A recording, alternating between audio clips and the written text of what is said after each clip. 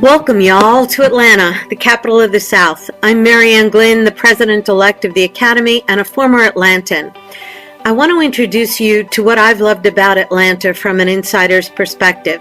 This isn't a photo's guide or the Lonely Planet, but just a take on my Atlanta.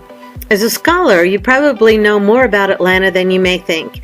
Atlanta was a site of path-breaking research on city character, and in particular, showed how the banking utility crowd dominated the power structure in Atlanta. Today, business associations still benefit from that legacy and enable the Atlanta spirit of image building and boosterism. About 20 years ago, in 1996, the banking utility crowd came to the fore in showcasing the character of Atlanta in the Olympic Games. Sponsorship came from a network of organizations working together in ways that were not unlike that observed a half-century ago. Today, you can walk into Olympic history yourself.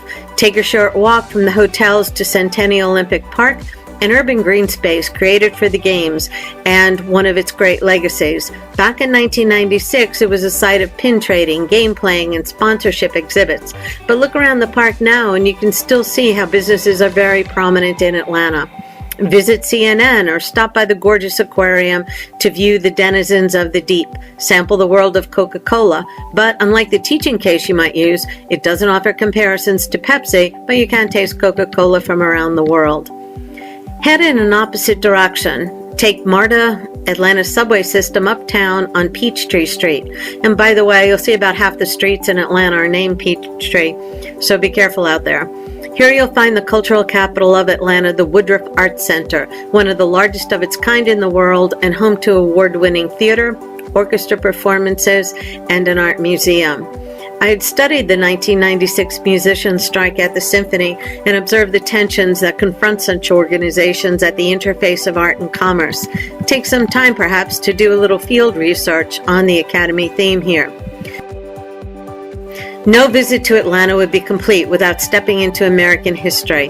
Atlanta is home to the Presidential Library of Jimmy Carter, the peanut farmer who served as president from 1977 through 1981. At 92, he still teaches Sunday school in his hometown of Plains, Georgia.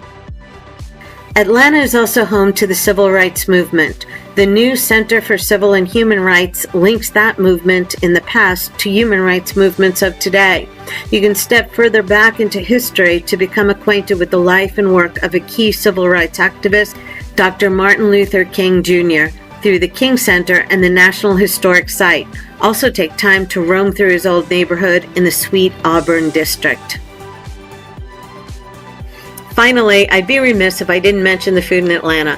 Here you have a very wide range of delicious options, from the new urban food markets, such as Ponce Street Market, the high-end Bacchanalia, and the everyday.